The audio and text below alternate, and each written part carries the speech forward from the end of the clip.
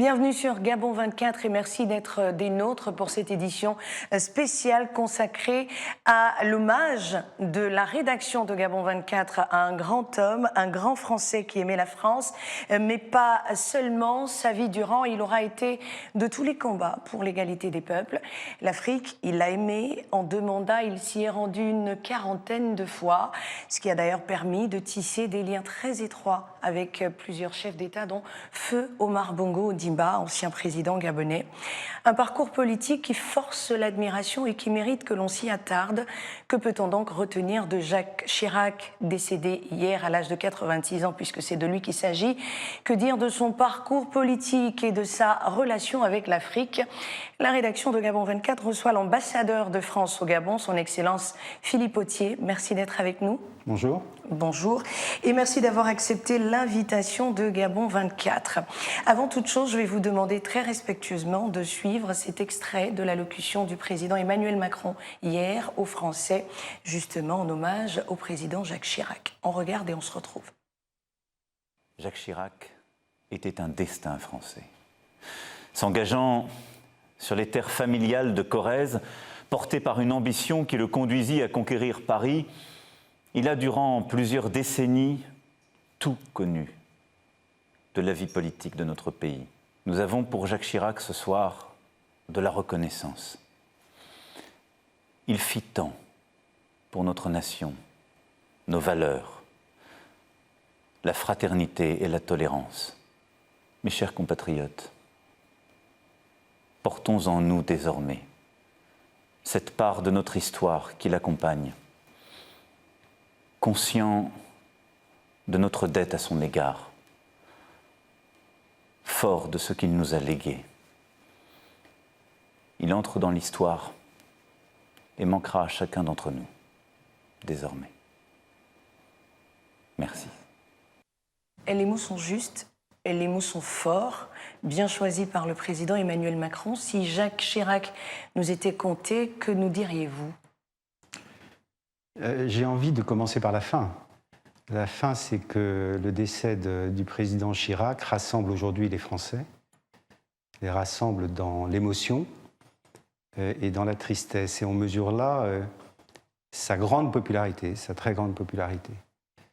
En même temps, Jacques Chirac a mis du temps pour se faire comprendre et se faire aimer des Français. Souvenez-vous qu'après sa deuxième tentative à l'élection présidentielle française, en 1988, défaite derrière François Mitterrand, son épouse, Bernadette Chirac, disait « Je crois que les Français n'aiment pas mon mari ».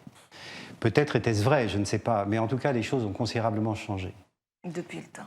Et elles ont changé sans doute parce que les Français ont fini par mesurer que Jacques Chirac était l'un des leurs, qu'il avait ses qualités et ses défauts, comme tout le monde, qu'il avait sa part de succès très grand, mais sa part d'échecs aussi, qu'il avait beaucoup rebondi après ses échecs, qu'année après année, il avait fait preuve d'endurance, et les Français ont fini par se reconnaître là-dedans. D'autant plus que le président Chirac aimait les gens. Le président Chirac aimait les gens, il les aimait quelles que soient leurs différences de conditions, quelles que soient leurs différences de réussite. Je crois qu'il faisait partie de ces gens qui considèrent que la réussite individuelle, évidemment, porte une part de mérite, sans doute, mais qu'elle porte beaucoup de circonstanciel.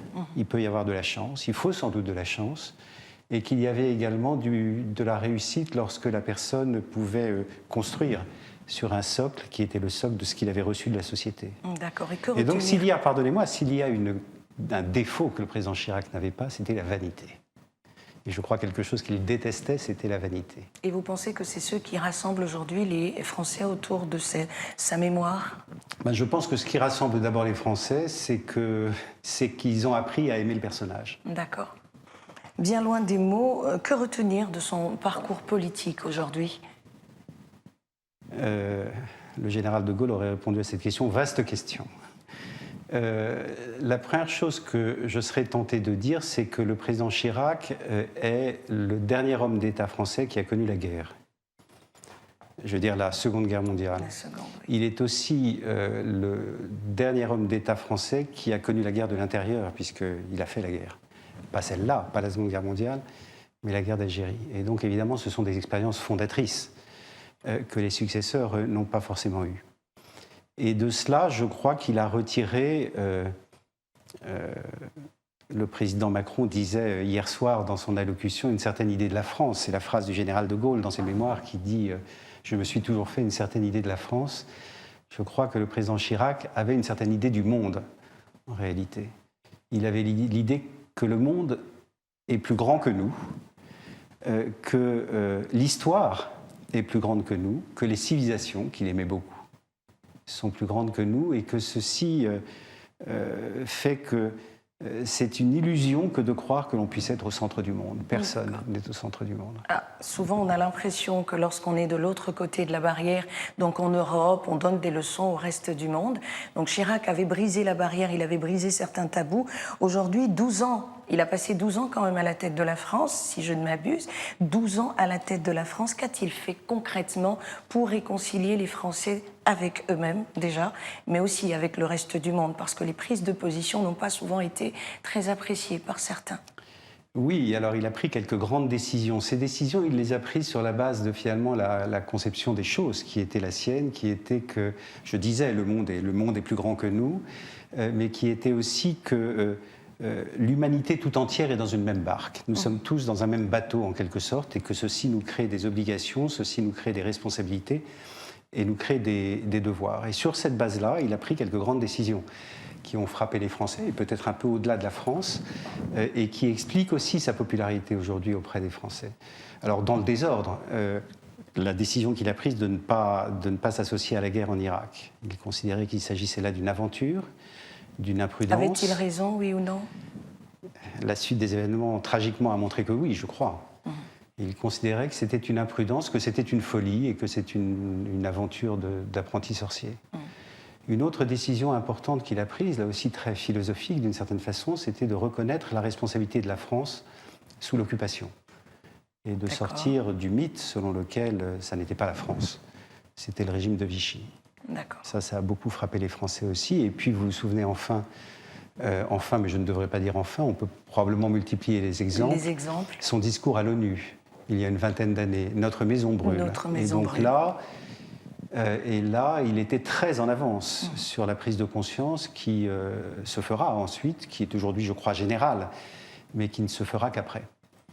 Et donc, voilà, tout ceci répond à sa conception que le monde est plus grand que nous, et je crois que ce message, il demeure, il reste valable, qu'il restera valable et qu'il sera de plus en plus valable. D'accord, on l'espère en tout cas, vu que la France en ce moment, c'est énormément de soucis, de contradictions, d'incompréhension entre les gouvernants et le peuple français. Aujourd'hui, est-ce que l'héritage de Jacques Chirac pourrait influencer le vivre ensemble, ramener les Français les uns vers les autres, parce qu'on a comme une cassure qui s'installe au fil des jours depuis l'arrivée d'Emmanuel Macron, pour ne pas le citer? Je crois que ce sont des difficultés qui dépassent très largement le gouvernement français actuel, qui dépassent très largement la présidence actuelle et qui dépassent très largement la France. On retrouve ces difficultés un peu partout. Un peu partout, dans tous les pays. Mais pour le cas précis de la France. Pour répondre à votre question, est-ce que le legs de Jacques Chirac peut nous apporter quelque chose dans ces difficultés? Je crois que oui.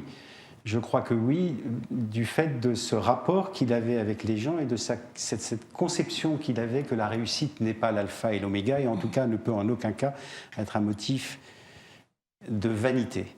La réussite engage beaucoup plus qu'elle ne donne de droit. Je crois que c'était véritablement au cœur de sa conception des choses, et que c'est de ce fait et pour ça qu'il aimait les gens. D'accord. Parlons de son amour pour l'Afrique. Jacques Chirac, c'est 40 voyages, un peu partout en Afrique. C'est également un message, l'Afrique aux Africains, l'égalité des peuples. Chaque peuple doit tirer son héritage de ses valeurs parce qu'il prônait les valeurs de chaque peuple. Je vais vous demander de suivre pour la suite de cette édition spéciale. Merci à vous de nous avoir rejoints. Je rappelle que nous recevons pour cet hommage de Gabon 24 au président Jacques Chirac l'ambassadeur de France au Gabon, M. Philippe Authier, qui a accepté donc l'invitation de la rédaction. Nous allons suivre ces réactions de chefs d'État, parmi elles celle d'Ali Bongo Ondimba, qui a sur son compte Twitter adressé le message suivant. On regarde. Ami du Gabon, un amoureux sincère de l'Afrique, il a été pour moi plus qu'un ami, un père spirituel dont je n'oublierai jamais la bienveillance. Au nom du peuple gabonais, je présente à sa famille et au peuple français mes plus sincères condoléances. Je venais de citer à l'instant le chef de l'État gabonais, mais à côté de lui, il y a eu d'autres présidents. En Côte d'Ivoire, l'ex-président Conan Bédié a réagi à la mort de Jacques Chirac. Jacques Chirac était un grand homme d'État. Ce dernier a réagi donc à la suite du décès, mais pas seulement. Il y a eu des réactions un peu partout en Afrique. Nous avons collaboré ensemble, nous avons développé et intensifié la coopération entre la France et la Côte d'Ivoire. Je rends un hommage particulier à ce grand homme d'État, marqué par une lucidité exemplaire, par le courage, la ténacité, la persévérance, l'obstination en dépit des échecs. Des réactions, oui. Mais quel était véritablement le message de Jacques Chirac à l'endroit de ces Africains aujourd'hui? Que doit-on retenir de cet amour véritable pour l'Afrique? Le message n'était pas tant un message que précisément l'amour de Chirac pour l'Afrique. En effet, il aimait l'Afrique. Il aimait l'Afrique, d'accord. Il aimait l'Afrique. Alors, il aimait le monde. Il aimait notamment tout ce qui nous permet de dépasser notre condition à nous d'Européens, si vous voulez, ou de Français. On a beaucoup parlé de sa passion pour la civilisation chinoise. On a beaucoup parlé de son intérêt pour le Japon, l'Asie en général. Toutes les parties du monde. Mais il avait cet amour particulier de l'Afrique, et ce qui était particulier, je crois, dans son amour de l'Afrique, c'était que peut-être plus charnel que pour d'autres régions du monde. Je crois qu'il était chez lui. Il était chez lui en Afrique. C'est à vous de dire si c'est licite ou pas, mais je crois qu'il se considérait comme un Africain. Alors, il se considérait comme un Africain. Est-ce que c'était pas là pour, on va le dire comme ça, hein, sans salir la mémoire de qui que ce soit, dire qu'est-ce que c'était pas une façon pour lui de se rattraper par rapport à ce que l'histoire nous a légué comme héritage? On parle de la colonisation. Est-ce que c'était pas une façon de rattraper ce que ses prédécesseurs n'ont pas réussi à asseoir? Donc, un échange entre des peuples qui se valent devant Dieu. Je crois que le président Chirac s'est exprimé sur ces questions. Il a eu l'occasion de dire des choses qui montrent qu'il assumait en quelque sorte l'histoire et qu'il assumait les responsabilités de la France, pour parler de la France vis-à-vis d'un certain nombre de pays d'Afrique d'aujourd'hui. Pour autant, je ne pense pas qu'il ait eu dans sa tête l'idée qu'il ait à se rattraper de quoi que ce soit. Je crois tout simplement qu'il était africain. Jacques Chirac, l'Africain, Jacques Chirac a dit des choses. Jacques Chirac a soutenu la France-Afrique. Entre guillemets. Aujourd'hui, que dire? Alors, la France-Afrique, c'était un moment particulier de l'histoire. C'était le signe à la fois de la volonté qu'avait la France de rester proche de ses anciennes colonies. Mais c'était un moment d'histoire et les choses ont évolué depuis. À l'époque, la France-Afrique, c'était beaucoup d'interpénétration des politiques intérieures de la France. Ce n'est plus le cas aujourd'hui ? Et je crois que ça n'est plus le cas aujourd'hui, et en tout cas infiniment moins, si vous voulez. Je pense qu'on peut dire que ça n'est plus le cas aujourd'hui. Mais sur la base de quoi ? Donc l'amitié, elle demeure. L'amitié, elle n'a pas changé. D'une certaine façon, elle demeure plus que jamais. Parce que ce qui va croissant, je crois, aussi bien au niveau des autorités françaises que de mes compatriotes, c'est le sentiment, la conviction que nous partageons des deux côtés de la Méditerranée, entre l'Afrique d'un côté et de l'autre la France, mais plus largement l'Europe, une véritable communauté de destin. Ce sentiment d'une communauté de destin, il n'a cessé de croître depuis quelques années. Et à l'évidence, ça ne fait que commencer. Donc l'amitié, elle est là, elle est intacte, elle n'a pas changé et elle se maintiendra. Elle se maintiendra. Cette France-Afrique a été décriée quand même. Je reste dessus parce que c'est vraiment le socle. Ça a été la bataille du président Jacques Chirac. Il voulait que les uns et les autres se regardent non pas comme un supérieur à son subalterne, mais plutôt comme des personnes qui se valent et qui sont égales. Alors aujourd'hui, la France-Afrique tend à disparaître, mais il y a quand même la France-Afrique puisque les bases françaises, il y en a encore un peu partout en Afrique. Les autorités françaises ont encore des mots à dire sur la gestion de certains territoires. Comment on l'explique aujourd'hui? Cette France-Afrique, elle est mue par quoi aujourd'hui plus qu'hier? Je pense que la France-Afrique n'existe plus si France-Afrique veut dire une certaine interpénétration des politiques intérieures. Ça n'existe plus. La France n'a plus son mot à dire. Vous parlez par exemple des bases. Vous parlez des bases militaires françaises ici ou là, et notamment au Gabon. Il y en a une. Absolument. C'est là les faits, le produit d'accords entre deux pays souverains. On n'est pas là sur le thème de la France-Afrique telle qu'on a pu la connaître. La France-Afrique, aujourd'hui, cette relation particulière entre deux politiques intérieures, si vous voulez, ça n'existe plus. Il a passé 86 ans à montrer aux Français qu'ils étaient au centre de toute chose. Il n'est plus de ce monde, l'héritage, il est véritable, mais au-delà, il y a encore des contradictions entre Français même. Quel héritage, vous retenez de Jacques Chirac, de son parcours pour la France? Pour la France. Si l'on veut être schématique, je serais tenté de dire que son héritage pour la France et les Français, c'est l'indépendance nationale. C'est un héritage qui vient depuis plus loin que lui, naturellement. C'était la grande idée du général de Gaulle. Jacques Chirac était gaulliste, comme vous savez. Il a donc hérité de cette idée du général de Gaulle et il nous l'a transmise.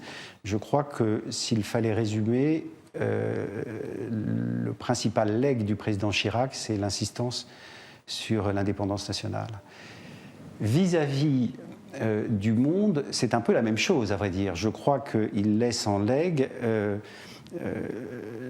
l'utilité, voire la nécessité d'une France indépendante. Je pense que pour l'équilibre de la planète, il y a aussi besoin, il y a une part pour une France qui soit une France indépendante. Et regardez, l'affaire de la guerre en Irak en a été une illustration.